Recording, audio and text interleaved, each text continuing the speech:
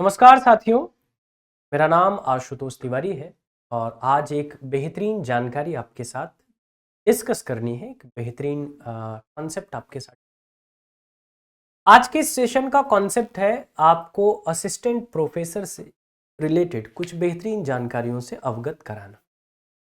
जानकारी कुछ इस तरीके से है कि सबसे पहले तो ये जान लें कि कौन कौन लोग एलिजिबल हैं असिस्टेंट प्रोफेसर बनने के लिए। कौन लोग एलिजिबिलिटी रखते हैं। इधर बहुत सारे चेंजेस आपको देखने को मिले। यूजीसी की तरफ से बहुत सारे चेंजेस देखने को मिले हैं।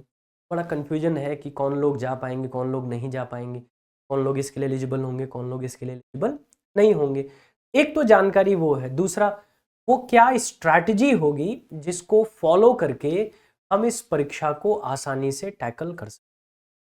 आपको पता है कि अब जो है उत्तर प्रदेश में असिस्टेंट प्रोफेसर का जो एग्ज़ाम होने वाला है वो नज़दीक अप्रैल हो गया। पहले फेब में वो एग्ज़ाम था, बट महाकुंभ के चलते उसको आगे बढ़ा दिया गया। अब उसकी डेट अप्रैल में आ गई।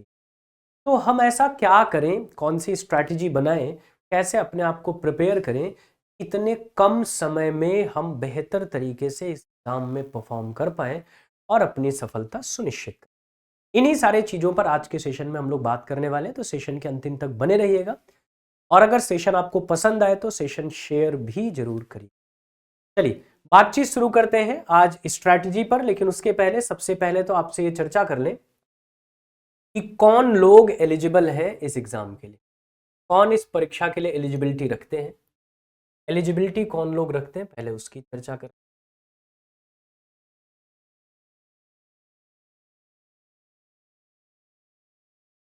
सबसे पहले बात करेंगे किस एलिजिबिलिटी।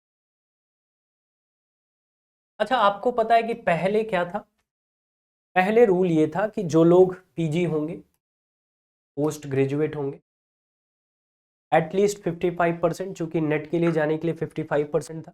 बाद में फिर रूल बदल गया, कैटेगरी वाइज ये रूल चेंज हुआ ना। एससी के लिए पहले था, फिर ओबीसी के लिए भी चेंज हुआ रूल।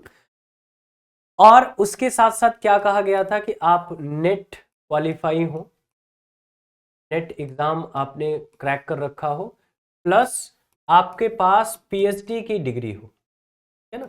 ये भी आपसे कहा था पीएचडी की डिग्री हो, यानी आप डॉक्टरेट की डिग्री आपके पास होनी चाहिए। ये शर्त पहले की थी, अभी की नहीं बता रहा हूँ, पहले की। फिर रूल आया कि अब ये कंपलसरी नहीं रहा, मतलब आप कर सकते हैं बट ये कंपलसरी नहीं रहा, ठीक है ना। अब ये कंपलसरी नहीं रहा कि आप पीएचडी करेंगे तभी आप असिस्टेंट प्रोफेसर के लिए एलिजिबल होंगे। एलिजिबल तो पहले भी थे, इसका वेटेज होता था, बट अब वेटेज इसका समाप्त कर दिया। कोई वेटेज नहीं है। अगर आप सिंपली नेट है ना, पीजी और नेट है, तो आप असिस्टेंट प्रोफेसर के लिए एलिजिबल है। नेट है या सेट या स्लेट, इसमें से कोई भी एग्जाम अगर आप क्वालिफाइड हैं तो आप इसके लिए एलिजिबल हैं। कुछ जगह पर नेट की एलिजिबिलिटी भी अब वो नहीं रही, मतलब कंपलसरी नहीं रही। आपने पढ़ा भी रिसेंट में एक चेंज आया। तो फिलहाल ये तो एलिजिबिलिटी है जो आपको लेके जाना अपने संबंधित सब्जेक्ट में, और आप उसके लिए एलिजिबल हो जाएंगे। आप असिस्टेंट प्रोफेसर के लिए जाएंगे, रिटन एग्जाम होगा, फिर इंटरव्यू होगा, ठीक है ना। आप इस बैरियर को पार करेंगे और आपकी नौकरी। ये तो बात हो गई। बात ये हो गई कि फॉर्म तो हमने भरा, 2022 में ही फॉर्म आया। तैयारी कर रहे हैं लगातार कोशिश कर रहे हैं कि जल्दी से एग्ज़ाम हो जाए तो हम अच्छे से अपने आप को परफॉर्म करके अच्छे से नौकरी ले लें अपनी। एग्ज़ाम हुआ नहीं, कुछ कारणों से। पहले आयोग का, नए आयोग का गठन होना था, उसकी वजह से डिले हुआ। फिर जब आयोग का गठन हो गया तो आयोग के कार्य शुरू करने में विलंब था। अध्यक्ष नहीं चुने जा रहे थे, परीक्षा नियंत्रक नहीं चुने जा रहे थे, सदस्य नहीं चुने गए थे, जिसकी वजह से बहुत सारे हर्डल्स आए, जिसकी वजह से देर होती गई। बट अब फाइनली सारी चीज़ें शॉर्ट आउट है और आपको एक डेट मिली फेब की, महाकुंभ की वजह से वो टली। अब आ गई अप्रैल की डेट, ठीक है ना। हमारे पास है लगभग 1.5 महीने। अब इन 1.5 महीनों को कैसे यूटिलाइज करें, कितने बेहतरीन तरीके से यूटिलाइज करें कि हमारा एग्ज़ाम शानदार तरीके से हो जाए और हमको इस एग्ज़ाम से रिलेटेड कोई भी समस्या न। तो आइए देखते हैं क्या करना चाहिए हमको, क्या स्ट्रैटेजी हमारी होनी चाहिए। अगर हम स्ट्रैटेजी की बात करें, तो क्या स्ट्रैटेजी हमारी होनी चाहिए, किस स्ट्रैटेजी पर हम जाएंगे तो हमारा काम आसानी से होगा इस एग्ज़ाम। तो सबसे पहले तो ये है कि सबसे पहला काम तो आप अगर अभी भी नहीं किए हैं तो आज ही बैठिए और अपने सिलेबस की पहले पूरी जानकारी ले लीजिए, क्या क्या पढ़ना है ना। और जब आप सिलेबस देख रहे हो, जब आप सिलेबस मिक्स कर रहे हो, तो ध्यान रखिए कि प्रीवियस ईयर पेपर आपके पास होना चाहिए, PYP होना चाहिए, प्रीवियस ईयर पेपर होना चाहिए। इससे आपको ये पता लगेगा कि आपके सिलेबस में कौन से टॉपिक हैं जो ज़्यादा क्वेश्चन बना रहे हैं, ठीक है ना, कौन से टॉपिक है जहाँ से क्वेश्चन कम आए हुए हैं, यानी किस पर ज़्यादा काम करना है, किस पर कम काम करना है। इसके साथ साथ आप अपने स्ट्रॉन्ग और वीक पॉइंटर्स को भी देखते हैं, यानी किन चीज़ों को आप बेहतर तैयार किए हुए हैं, आपको बहुत आसानी से वो समझ में आ जाते हैं, और कौन से पक्ष हैं जो कमज़ोर हैं, जिन पर कई बार मेहनत करने के बाद भी आपको नहीं समझ में आ रहा है, उसको डिसाइड करना, उसको डिवाइड करना। तो पहले सिलेबस हो गया, प्रीवियस ईयर पेपर्स आपने रखे अपने पास PDF के रूप में या हार्ड कॉपी के रूप में, आप वहाँ से मैच करा लेंगे कि सिलेबस में सबसे हॉट पॉइंट्स कौन से हैं, हॉट टॉपिक्स कौन से हैं, ठीक है ना। जब आप PYP देखते हैं तो यहाँ से आपको पता चल जाता है हॉट टॉपिक्स कौन से हैं, जहाँ से क्वेश्चन सबसे अधिक पूछे गए हैं, ठीक है ना, जो ज़्यादा रिलेवेंट हैं, जहाँ से क्वेश्चन बनते ही बनते हैं, उनको आपने देख लिया सबसे पहले। फिर उसके बाद जब सिलेबस आपने देख लिया तो फिर जाइए एक टाइम टेबल बनाइए, एक टाइम टेबल बनाइए। अच्छा, टाइम टेबल मेरे ओपिनियन में मुझे ऐसा लगता है कि टाइम टेबल कभी भी आर बेसिस पर नहीं होना चाहिए, घंटों में बंध के नहीं होना चाहिए। आपने जैसे कुछ लोग कहते हैं कि भैया हम तो 12 घंटे पढ़ाई कर, 12 आवर्स, 12 घंटे पढ़ाई कर। एक कहता है यार हमको तो समय नहीं मिलता, हम तो 5 घंटे पढ़ाई कर पाते। इस ये पहले ही हीन हो गया कि भाई साहब ये 12 घंटे 7 घंटे मुझसे ज़्यादा पढ़ रहे हैं तो ऑब्वियस है इनका सिलेक्शन होगा। ऐसा कुछ नहीं, सिलेक्शन के लिए घंटे मायने नहीं रखते, सिलेक्शन के लिए स्ट्रैटेजी मायने रखती है। आप 5 घंटे भी पढ़ते हैं तो 5 घंटे में आप कितना प्रिपेयर करते हैं। तो मुझे लगता है जब टाइम टेबल आप बनाएं तो टाइम टेबल टॉपिक वाइज होना चाहिए। टॉपिक वाइज का मतलब जैसे आपने डिसाइड कर लिया कि मुझे ये वाला सेगमेंट ना, जैसे मैं इंग्लिश की बात कर रहा हूँ तो मान लीजिए मुझे हिस्ट्री ऑफ इंग्लिश लिटरेचर पढ़ना है, तो मैंने 2 दिन रख लिया कि मुझे हिस्ट्री ऑफ इंग्लिश लिटरेचर जितने भी क्वेश्चन हैं 2 दिन में पढ़ के प्रिपेयर कर लेने हैं, जितने क्वेश्चन पूछे गए, जितने क्वेश्चन पूछने की संभावना है। अब वो 2 दिन में मैं चाहे 5 घंटे पढ़ के उसको कवर करूं, चाहे 8 घंटे पढ़ के कवर करूं, चाहे 10 घंटे पढ़ के, मुझे उसको कवर करना ही करना है, ठीक है ना, मुझे उस पर काम करना ही करना है।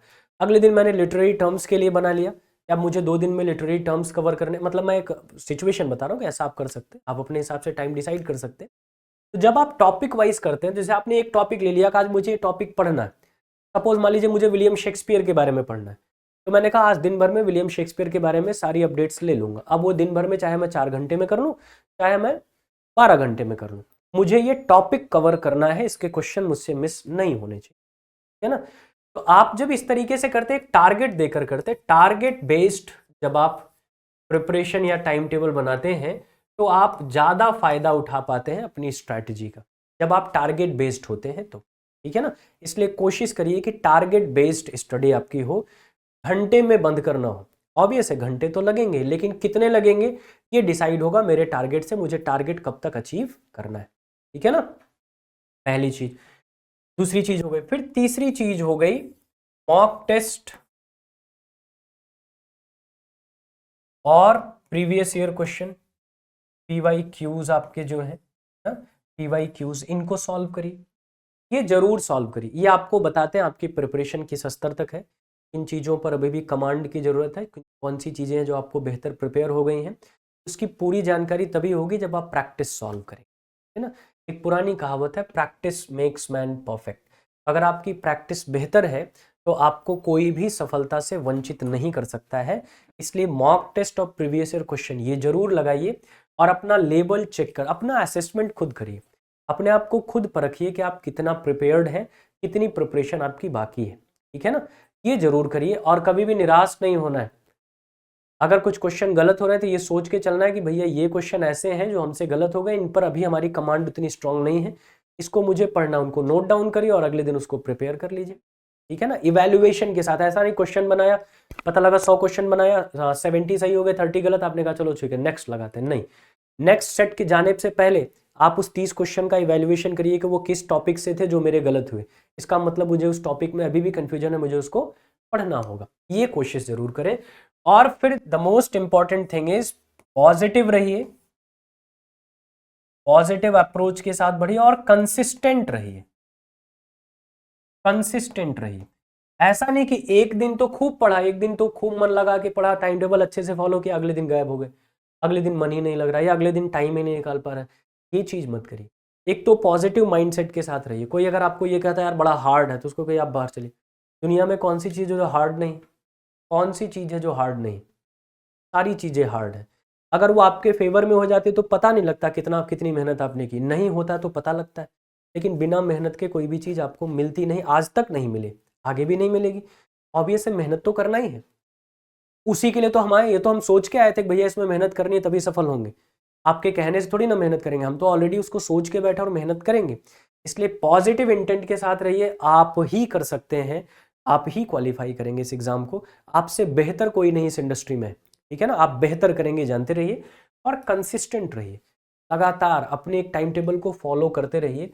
ऐसा नहीं कि 2 दिन फॉलो किया फिर 3 दिन गायब है, फिर 3 दिन फॉलो किया तो 6 दिन गायब है, ये नहीं करना। शादी विवाह का सीजन आ रहा है, पता लगा कि मैक्सिमम टाइम आप उधर ही दे रहे हैं ना, ये नहीं करना है। पढ़ाई फर्स्ट, आपकी स्टडी फर्स्ट, आपकी प्रिपरेशन फर्स्ट, उसके बाद बाकी सारी चीज़ें आएंगी, ये जरूर करना है। और अगर आप इतनी चीज़ें फॉलो कर लेते हैं तो निश्चित तौर पर आप सफल होंगे। आपको सफल होने से कोई रोक नहीं। अगर आप इतनी चीज़ें, इतनी स्ट्रैटेजी फॉलो करते हैं तो निश्चित तौर पर आप सफल होंगे, और मुझे उम्मीद है आप फॉलो जरूर करेंगे। तो एक बेहतर टाइम टेबल बनाइए, पहले सिलेबस समझ लीजिए, सिलेबस रिकॉग्नाइज कर लीजिए, स्ट्रॉन्ग टॉपिक्स, वीक टॉपिक्स एक जगह डिसाइड कर लीजिए, फिर डिसाइड करिए किस पे कितना समय देना है, किस पे कितना टाइम ड्यूरेशन मेरा देना और कितने दिन मुझे देने हैं। फिर उसी हिसाब से टारगेट सेट करिए कि अब आज का टारगेट ये है, फिर कल का टारगेट ये है, फिर परसों का टारगेट ये है, ताकि टाइम टेबल में घंटे के साथ टारगेट फिक्स रहे, तो घंटे फ्लैक्चुएट कर लिया जाए ना। मान लीजिए ज़्यादा समय लग रहा है तो हम 2 घंटे और पढ़ेंगे, नहीं लग रहा है तो हम 2 घंटे पहले फ्री हो जाएंगे, रिलैक्स हो जाएंगे। लेकिन जब टारगेट आपका रहेगा तो निगेटिविटी नहीं आएगी, क्योंकि उस दिन का टारगेट पूरा हो जाएगा। फिर आपके मन में ये नहीं आएगा यार अभी पढ़ाई नहीं हो पा रही, नहीं। आप एक टारगेट के साथ चलेंगे, एक स्ट्रैटेजी, एक प्लान के साथ चलेंगे तो पॉजिटिव रहेंगे और कॉन्फिडेंट भी रहेंगे। इसको जरूर फॉलो करिए और ढेर सारी शुभकामनाएं आपको आपके आने वाले एग्जाम के लिए। मुझे पूरी उम्मीद है आप अपने एग्जाम में बेहतर करेंगे और ये बेरोजगारी का अंतिम समय आपका होगा। के बाद आप बढ़ जाएंगे अपने जीवन के नए आयाम। ढेर सारी शुभ